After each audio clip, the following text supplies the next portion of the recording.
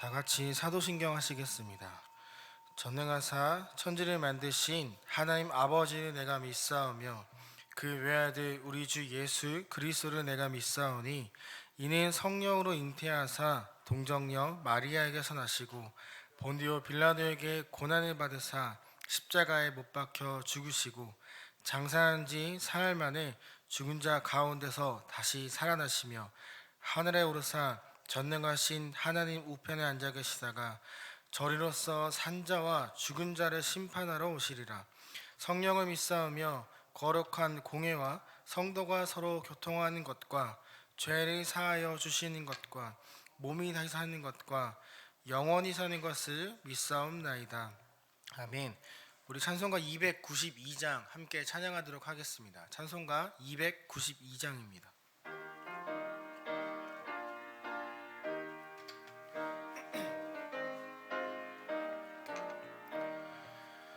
주 없이 살 수 없네 죄인의 구주여 그 귀한 보배 피로 날 구속하소서 구주의 사랑으로 흘리신 보혈이 내 소망 나의 위로 내 영광 됩니다. 없네 나 혼자 못서리 힘없고 부족하며 지혜도 없도다. 내 주는 나의 생명 또 나의 힘이라. 주님을 의지하여 지혜를 얻으리. 주 없이 살 수 없네 내 주는 아신다. 내 영의 깊은 간구 마음의 소원을 나의 마음 네 알아주리요. 내 마음 위로하사 평온케 하시네. 주 없이 살 수 없네 세월이 흐르고 이 깊은 고독 속에 내 생명 끝나도 사나운 풍랑일 때 날 지켜주시니 내 곁에 계신 주님 늘 힘이 됩니다. 아멘. 아멘. 이 시간 우리가 함께 나눌 말씀은 레위기 26장입니다. 레위기 26장 26절부터 37절까지의 말씀입니다. 레위기 26장 27절부터 39절까지의 말씀이며 제 성경으로는 구약 189면에 있습니다. 26장 27절을 제가 먼저 읽고 교독한 후에 마지막 절은 함께 읽도록 하겠습니다. 너희가 이같이 될지라도 내게 청종하지 아니하고 내게 대항할진대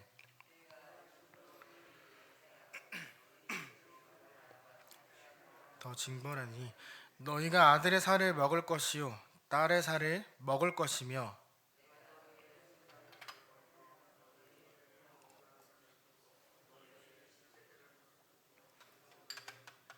내 마음이 너희를 싫어할 것이며 내가 너희의 성읍을 황폐하게 하고 너희의 성소들을 황량하게 할 것이요 너희의 향기로운 냄새를 내가 흠향하지 아니하고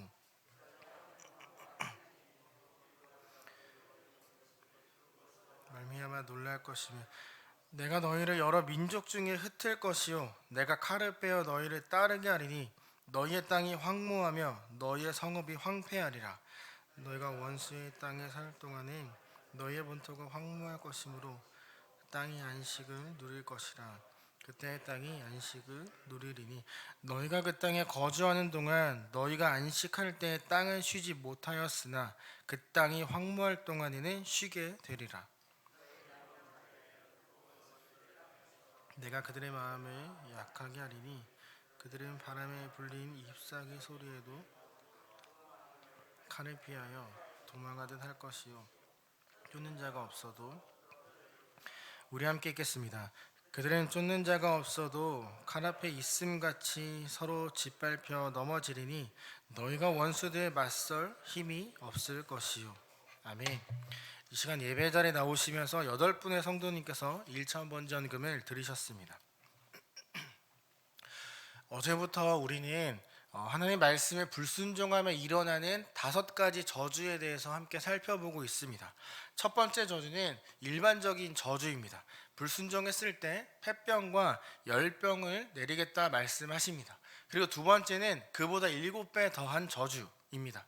하늘은 철과 같이 땅은 녹과 같이 된다라는 장기간의 가뭄을 이야기합니다.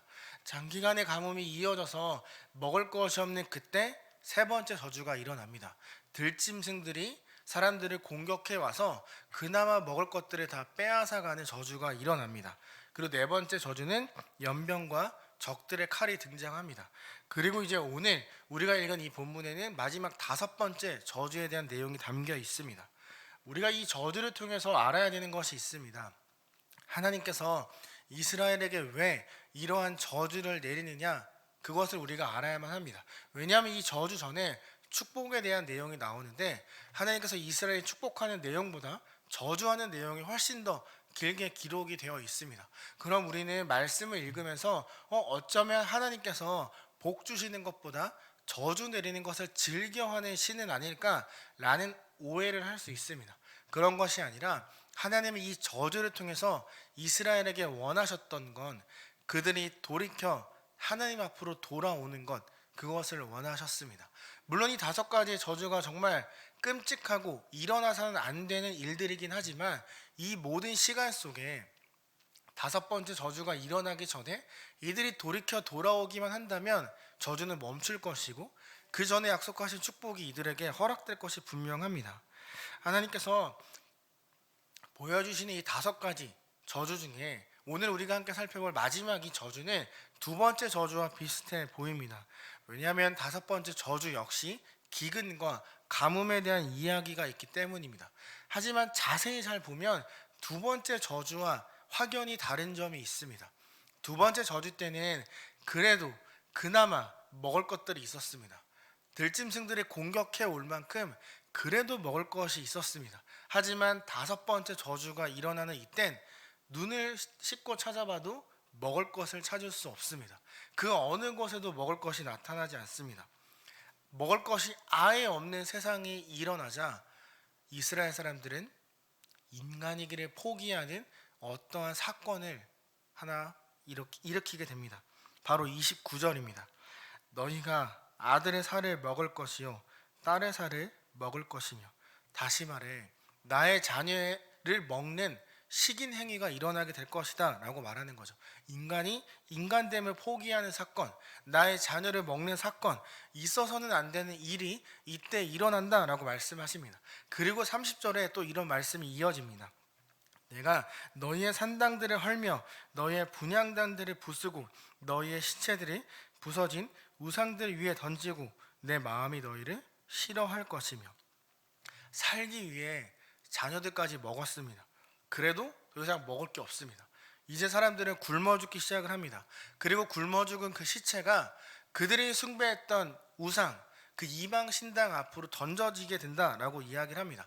그들은 먹을 것이 없어 죽어가는 이 순간에도 하나님이 아닌 이방 신상 앞에 가서 절을 하며 기도했습니다.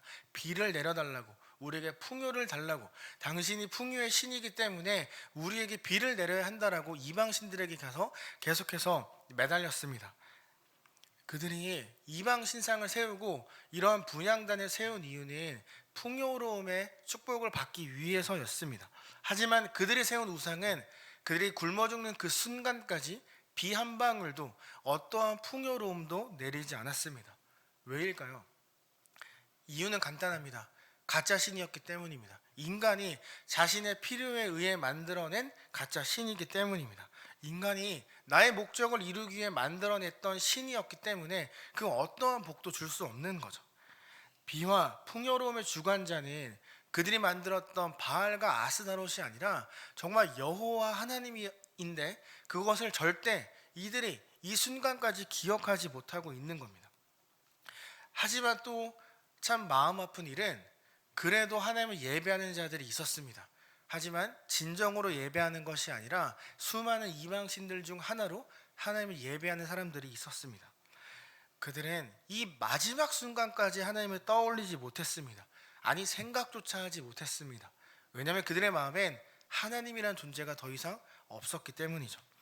병들고 굶어 죽은 시체들이 쌓인 이 우상 산당의 의미는 이스라엘이 그 온 백성이 여호와가 아닌 이방신에게 속해 있으며 그 우상의 통치를 받기로 결단했다는 것을 이야기합니다. 그러니까 그들이 자녀를 잡아먹기 전, 인간 되기를 포기하기 전에 이미 그들은 하나님의 백성, 하나님의 형상대로 지어진 고귀한 존재였던 그 자리를 스스로 박탈해버린 것과 같습니다.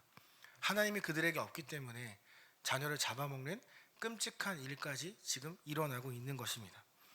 그들은 하나님이 약속하신 그 땅에서 지금 아무것도 얻지 못합니다. 시긴을 했고 끝까지 이방신 앞에 무릎을 꿇고 기도했습니다. 다시 말해 삶의 모든 의미와 목적을 상실해 버렸습니다. 그런데 이때도 모든 유대인들이 죽지는 않았습니다. 살아남은 사람들이 있었습니다. 하지만 그들은 더 이상 하나님이 약속하신 이 땅에서 살지 못하게 됩니다. 하나님이 그들의 추방 쫓아내셨기 때문입니다. 이렇게 살아남은 사람들, 정말 오랜 그 저주를 견디고 간신히 살아남았는데 이제 이방에서 그들의 원수들이 쳐들어와서 이 사람들을 끌고 포로로 데려가기 시작을 합니다. 이제 완전히 이스라엘은 망한 것처럼 보입니다. 그의 이스라엘을 공격해왔던 이방 나라 원수들이 32절의 말씀을 보면 충격을 받는 사건이 일어납니다. 다른 나라를 왜 공격할까요? 그곳에 있는 물자와 사람들을 빼앗아 와서 노예로 만들고 우리가 먹기 위해서 그들을 약탈합니다. 근데 이 원수들이 그런 것들을 기대하고 많은 준비를 하고 이스라엘을 공격했는데 이스라엘에 아무것도 없습니다. 그리고 그들이 놀라 이런 이야기를 합니다. 여기가 내가 알던 그 이스라엘에 맞는 걸까? 왜 여기는 약탈할 게 아무것도 없을까? 이 이스라엘은 도대체 무슨 잘못을 했길래 그들의 신이 이들을 버렸을까? 이런 말을 하며 원수들이 오히려 놀라기 시작을 합니다. 기껏 준비해서 쳐들어왔는데 아무것도 없고 황폐해진 그 땅을 보며 그들의 허무함을 느끼고 놀라고 있는 거죠. 그럴 만큼 그 이스라엘이 멸망하기를 바랬던 원수들이 놀랄 만큼 이스라엘이 지금 완전히 폐허가 되어 버렸습니다. 그리고 그것이 끝이 아닙니다. 폐허가 된 것보다 먹을 것이 없는 것보다 포로로 끌려가는 것보다 더 최악의 저주가 남아 있습니다. 31절 하반절입니다. 너희의 향기로운 냄새를 내가 흠향하지 아니하고, 하나님께서 더 이상 그들의 예배를 받지 않겠다 말씀하십니다. 이 이야기는 하나님께서 너희와 나의 관계를 이제는 끊어내겠다, 너희는 이제 나의 백성이 아니다, 그것을 말씀하고 계시는 겁니다.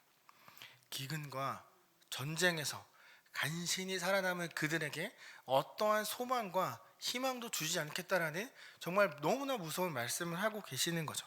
모든 어려움을 극복하고 와서 하나님 앞에 제사를 드린다 할지라도 그 제사를 내가 받지 않겠다라고 말씀하십니다. 그리고 그들을 향해 33절의 말씀처럼 칼을 빼어 뒤를 쫓도록 하겠다 말씀하십니다. 이제 소망이 없습니다. 하나님이 그들을 더 이상 받아주지 않고 그들은 평생 쫓기는 삶을 살아가야만 합니다. 36절의 말씀처럼 이제 그들은 바람에 바스락거리는 잎사귀에도 놀라야만 하고 아무도 쫓지 않는데 계속 뒤를 돌아보며 무서워해야 되는 그런 삶을 살아야만 합니다. 그들이 돌아와서 예배를 드린다 해도, 그들이 이젠 돌이켜서 정말 주님 앞에 다시 오겠노라 말해도 하나님은 받지 않겠다라고까지 말씀하십니다. 왜 하나님께서 그들의 예배를 받지 않겠다라고 말씀하셨냐면, 그들이 진정으로 돌이키는 것이 아니었기 때문입니다. 이신, 저신, 다양한 신들에게 가서 기도하다가 안 되니까 그제서야 하나님을 떠올리고 돌아와서 기도한 것이기에, 진정으로 하나님을 회복하는 것이 아니기 때문에 받지 않겠다라고 단호하게 말씀하시는 거죠. 이 약속의 땅에서 모든 이스라엘을 쫓아내신 하나님, 그 더 이상 우상 숭배가 이루어지지 않는 그 땅에 드디어 안식을 주겠다라고 말씀하십니다. 그 땅에 사는 사람이 아무도 없으니, 또 그 땅에서 죄악을 행하는 사람이 아무도 없으니, 이제 이 땅은 하나님이 주시는 안식을 누리며 회복하게 될 것입니다. 이 불순종의 대가로 일어나는 5가지의 저주는 하나님께 돌아오기를 스스로 거부한 민족에게 어떠한 결과가 일어나는지 보여주는 굉장히 무서운 내용입니다. 하지만 우리가 여기서 기억해야 되는 건, 서두에 밝혔듯이 이 저주의 목적은 이스라엘을 완전히 멸망시키는 것이 아니라 그들을 다시 하나님 앞으로 돌아오도록 하기 위함이었다는 것입니다. 즉, 돌이킴과 회개, 그것이 이 저주들의 주된 목적입니다. 사실 우리들도 이스라엘처럼 때론 나의 경험이나 또 나의 지인이나 나의 인맥들을 활용해서 내 앞에 있는 어려움들을 해결하려 할 때가 종종 있습니다. 이러한 모습들은 어쩔 수 없는 우리의 모습이기도 하지만, 진정한 돌이킴과 회개를 아는 사람의 모습은 아닐 것입니다. 정말 진정한 그리스도인은 내 앞에 있는 이 상황을 내가 해결할 수 없다는 걸 바로 인정하고 하나님 앞에 기도하고, 하나님이 주시는 마음에 따라 나의 사람들에게 도움을 요청하고 사람들에게 중보를 요청하는 그 모습이 있을 것입니다. 왜냐하면 하나님께서는 우리가 정말 회개하고 그것을 인정한다면 그것을 넉넉히 이겨낼 수 있는 힘을 주겠다, 용서하겠다, 구원을 너에게 베풀겠다 라고 이 성경을 통해 끊임없이 우리에게 말씀하시기 때문입니다. 하나님께서 이스라엘과 우리에게 원하시는 건 동일합니다. 여호와 하나님을 지금 여러분들처럼 잘 섬기는 것, 그것만을 원하고 계십니다. 그런데 하지만 이 세상에선 그 하나님을 온전히 지키고 믿고 따라가는 것은 참 어렵습니다. 왜냐하면 이 모든 세상은 하나님의 흔적을 지우고 있기 때문입니다. 우리가 하나님을 떠올리지 못하도록 온 힘을 쏟고 있는 것이 이 세상의 교육이고 이 세상의 문화이기 때문입니다. 하나님만 섬기는 것, 어떻게 보면 불가능에 가깝습니다. 저는 지난주 금요일부터 월요일까지 청년들과 함께 수련회를 통해 이러한 말씀을 나누었습니다. 우리가 바벨론과 같은 이 세상에서 어떻게 그리스도인으로 살아갈 것인가, 그것을 나누었습니다. 우리 청년들은 그 말씀을 통해 정말 뜨겁게 기도하고 하나님 앞에 나왔고, 또 말씀을 선포하고 또 삶의 결단을 내렸습니다. 우리가 바벨론과 같은 이 세상 문화 속에서 바벨론 사람이 되는 것이 아니라 그리스도인답게 살아가기 위한 여러 가지 결단을 우리가 하였습니다. 그런데 아무리 우리가 뜨거운 결단을 하고 이렇게 매일 기도를 하고 그렇게 살겠노라고 우리가 선포한다 할지라도 여전히 여호와 하나님만을 바라고 의지하고 사는 것은 어렵습니다. 우리가 하나님과 가까워지면 가까워질수록 그 관계를 끊어내려는 세상의 공격이 더 악해지고 강해지기 때문입니다. 이곳에 계시는 모든 분들, 그리고 가정에서 예배드리는 모든 분들도 동일할 겁니다. 하나님의 손을 붙잡는 힘이 강해지면 강해질수록 그걸 떨어뜨리려 하는 세상의 공격과 또 우리의 마음을 혼란스럽게 하는 여러 가지 일들이 분명히 일어나게 될 것이고, 결국 우리를 불순종의 길로 이 세상은 우리를 끌고 갈 것입니다. 그래서 우리는 오늘 이 본문, 어제의 본문에 굉장히 무겁게 받아들여야만 합니다. 우리가 불순종한다고 해서 기근이 일어나고 들짐승들이 우리의 집을 들어오고 또 우리가 우리의 자녀를 잡아먹는 일은 결코 일어나지 않을 것입니다. 하지만 이 본문처럼 그 불순종에 대한 대가는 우리가 어떻게든 어떤 방법으로든 치러야 할 것입니다. 왜냐하면 우리가 믿고 있는 이 하나님은 죄와 함께 갈 수 없는 분이기 때문입니다. 우리를 사랑하시는 만큼 우리를 그 죄에서 돌이키기를 원하시기에 우리에게 적절한 혹은 때론 힘든 여러 가지 고난과 일들을 통해서 깨닫고 돌아오도록 하실 겁니다. 우리가 삶이 어렵고 힘들고 고난의 연속이라 할지라도 그래도 우리가 이 세상 사람들과 다른 희망이 있는 것은 우리를 향한 하나님의 사랑일 것이라 저는 생각합니다.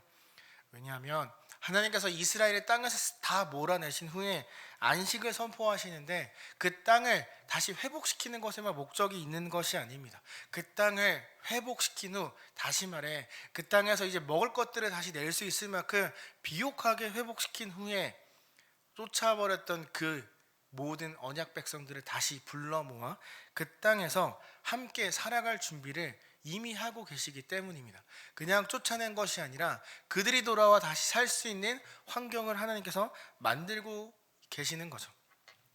사랑하는 제2가족 여러분, 우리의 삶에 어려움 혹은 어떤 고난이 있다면 그것은 우리를 돌이키고 우리를 회복시키기 위한 계획을 이미 준비하신 하나님께서 우리를 그 회복의 자리로 이끌어가고 계신다, 그것을 믿고 확신하기를 부탁드립니다. 물론 우리의 불순종으로 인한 고난과 어려움도 우리에게 있을 겁니다. 하지만 그 모든 목적은 이 이스라엘 향했던 그 하나님의 마음처럼 우리를 회복시키고 우리가 주님 앞에 서서 주님이 주시는 그 평안함을 누리는 것, 그것이 하나님의 목적일 것입니다. 이 5가지는 그들을 멸망시키는 데 목적이 있지 않았습니다. 정말 그들을 멸망시키는 게 목적이었다면 이렇게 오랜 시간 동안 저주를 내리지 않을 겁니다. 세상을 말로 지으셨던 것처럼, 소돔과 고모라를 불로 태우셨던 것처럼 더 쉬운 멸망의 길이 있었습니다. 하지만 하나님은 그렇게 하지 않고 계속 경고하시며 그들이 돌아올 수 있는 기회를 계속 제공하셨습니다. 그들을 사랑하셨기에, 다시 하나님 앞으로 돌아오기를 바라셨기에 한 번에 그들을 멸망시킬 수 없었던 것이죠. 그 마음이 우리에게도 동일하게 있다고 저는 믿습니다. 우리가 돌아오기를, 그래서 우리가 이 삶의 어려움이 분명히 있지만 그 속에서 눈을 들어 하나님과 시선을 맞추기를 분명히 하나님을 지금 이 순간도 기다리고 계실 겁니다. 오늘 이 시간 함께 기도하면서 우리 모두를 향한 그 하나님의 사랑과 또 은혜와 또 우리를 사랑스럽게 바라보고 계셨던 그 하나님과 눈을 맞추는 그러한 은혜가 우리에게 있기를 소망합니다.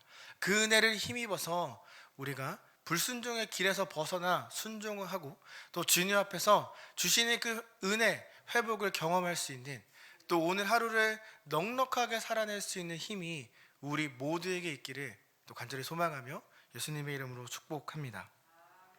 제가 기도하고 주기도문으로 마치도록 하겠습니다. 하나님, 오늘도 우리가 이 자리에 모여서 또 함께 말씀을 나누며 기도합니다. 하나님, 이스라엘의 불순종의 대가로 5가지의 저주를 결국 받았습니다. 그들의 모습을 통해서 우리가 나의 삶을 돌아보게 하시고 왜 나의 삶 가운데 이런 어려움들이 있었고 하나님께서 나에게 어떠한 말씀을 하고 계시는지를 깨닫고 돌이키는 은혜가 있는 이 귀한 시간 되기를 소망합니다. 피곤한 몸을 이끌고 새벽에 나와 기도하는 사랑하는 모든 성도님들에게 하나님이 예비하신 그런 은혜와 회복이 가득하기를 간절히 소망하며 예수 그리스도의 이름으로 기도합니다. 아멘. 하늘에 계신 우리 아버지여, 이름이 거룩히 여김을 받으시오며 나라의 임하옵시며 뜻이 하늘에서 이룬 것 같이 땅에서도 이루어지니이다. 우리에게 일용할 양식을 주옵시고 우리가 우리에게 죄 지은 자를 사하여 준 것 같이 우리 죄를 사하여 주옵시고 우리를 시험에 들게 하지 마옵시고 다만 악에서 구하옵소서. 대개 나라와 권세와 영광이 아버지께 영원히 있사옵나이다. 아멘. 이 시간 우리 공동 기도 제목과 또 주님 앞에 가지고 나온 개인의 기도를 드리도록 하겠습니다. 첫 번째로는 교회 학교와 청년부까지 모든 여름 신앙 행사가 마무리가 되었습니다. 수련회는 수련회 이후의 삶을 위해 준비하는 시간들입니다. 수련회와 성경학교를 통해 받은 은혜들을 우리 모든 다음 세대들이 삶으로 드러내며 살아갈 수 있도록 함께 기도해 주시고, 또한 폭우로 피해를 입은 분들의 그 마음을 위로하시고 삶의 자리에 회복을 달라고, 또한 나라 안팎의 위기 가운데 한국교회가 함께 기도하며 다시 주님의 은혜를 목도하는 그러한 일들을 우리가 볼 수 있도록 세 가지 기도 제목을 놓고 기도하신 후에 각자 가지고 나온 개인의 기도를 하나님 앞에 드리도록 하겠습니다. 다 같이 기도드리겠습니다. 이 시간 우리 함께 부르겠습니다.